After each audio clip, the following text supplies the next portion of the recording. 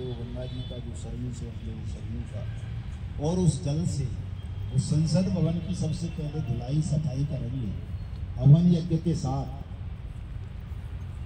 जहां अगर आज आप किसी साधु सन्यासी को भी बैठा दो तो वो भी चोरी करने लगता है, बेईमानी करने लगता है, ठगी करने लगता है। बुराया नहीं ऐसा, संसद में जिसको भी भेज दो आप।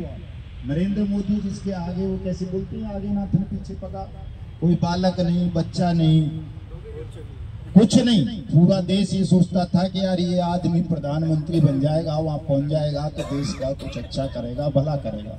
एक भी आदमी ऐसा नहीं होगा जिसने ये सोचा होगा कि वहां बैठ के ठगी करने लगेगा, या 10 लाख का सूट पहनने लगेगा, या अडानी अंबानी को संरक्षण देने लगेगा, ठगों को संरक्षण देने लगेगा। लेकिन ऐसा व्यक्ति जिसने अपना घर द्वार बीवी तक छोड़ दी थी, वो आदमी भी वहां पहुंच के ठग बन गया, ठगी करने लगा, पूरे देश को ठगवा दिया उसने।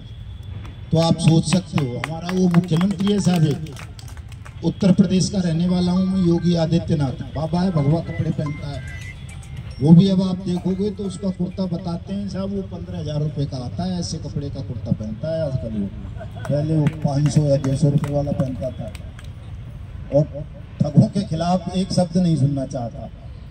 और बाकी बातें करो, ठगों के खिलाफ मत बोलो। ऐसे एक और उदाहरण है साहब, वो दुनिया का सबसे बड़ा ईमानदार आदमी बन के आया था 2011-12 में, अरविंद केजरीवाल। दिल्ली का मुख्यमंत्री है, किस बात पे जेल में गया? भले ही लोग कहते हैं कि साहब मोदी जी ने उसको द्वेष बस जेल में भेज दिया, लेकिन इतना भी द्वेष नहीं था, कुछ सच्चाई थी उसमें। शराब के मामले में जेल में रहना पड़ा उसको, उसके 2-3 मंत्रियों को। तो वो जगह ऐसी है जो मैं आज आपको बोल रहा हूँ, यही बात कभी वो भी बोला करता था कि शायद उस कुर्सी में ही खोट है, लेकिन वो कुर्सी पर ऐसे ही जाके बैठ गया, उस कुर्सी की सफाई नहीं की उसने। तो हमारा प्रयास ये रहेगा 25 नवंबर को जब दिल्ली पहुंचे तो उन कुर्सियों को ठीक से धो दिया जाए, कि उन पर अगर कोई डाकू बैठ जाए, आतंकवादी भी जाकर के बैठ जाए, तो वो ईमानदारी से काम करे, देशभक्ति का काम करे, जनता का काम करे, वहां बैठ के बेईमानी ना करे, छल ना करे, कपट ना करे देश के साथ। सबसे पहले ये काम करेंगे, और इस काम के लिए बड़ी संख्या चाहिए, नहीं तो वहां तक झांकने भी नहीं देगा। इतना बदमाश है अमित शाह, पहले ही रुकवा देगा यहीं चंबल पे, 2-4 हजार ही आप रहेंगे तो यहीं से आगे नहीं बढ़ने देगा, कहेगा यही कर लो इनको डिटेन सबको। अगर आपकी संख्या इतनी हो गई कि उस संख्या के सामने उसे लगा कि अगर अब मैंने इनको रोका, इनका काम नहीं किया, इनकी न्यायपूर्ण मांग को नहीं माना, तो ये मुझे उखाड़ के फेंक देंगे, लंका लगा देंगे मेरी, बांग्लादेश तो बना देंगे। हाँ, बांग्लादेश भी कह सकते हैं, लेकिन बांग्लादेश थोड़ा सा वैसे पड़ जाता है जरा, वैसे हमारी इरादे तो उससे ज्यादा बुरे हैं।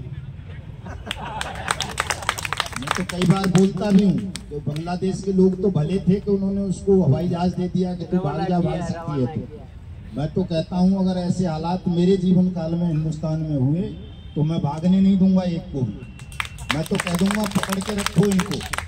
BNS 2023 की धारा 111 खुद अमित शाह और नरेंद्र मोदी ने बनाई है, और उसमें ये प्रोविजन किया है कि ठग और बेईमान, एक से ज्यादा आदमी मिलकर ठगी कर रहे हैं या बेईमानी कर रहे हैं गैंग बना के, तो उनको सजाए मौत दे दो। और ये इन्होंने सबने कर दिया है ये अपराध, तो मैं तो उसका प्रयोग करवाऊंगा।